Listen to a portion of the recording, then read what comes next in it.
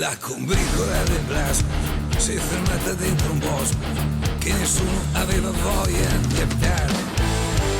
Fu così che per dispetto che qualcuno da sul tetto, tutto a un tratto, da sul tetto si mise a urlare. Guarda l'animale!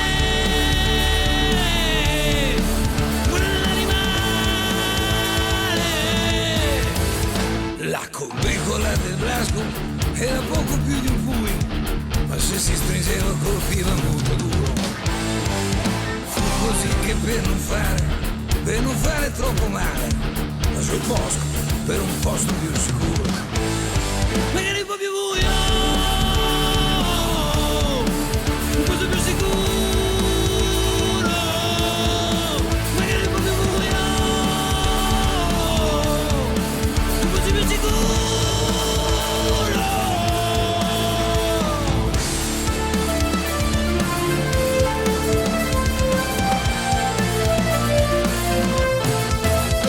La combricola del Blasco era tutta gente a posto, ma qualcuno continuava a dirne male. Si diceva che quel Blasco fosse stato primo rospo, tramutato, non so come e anche male, il nostro animale, con delle voglie strane, il nostro animale.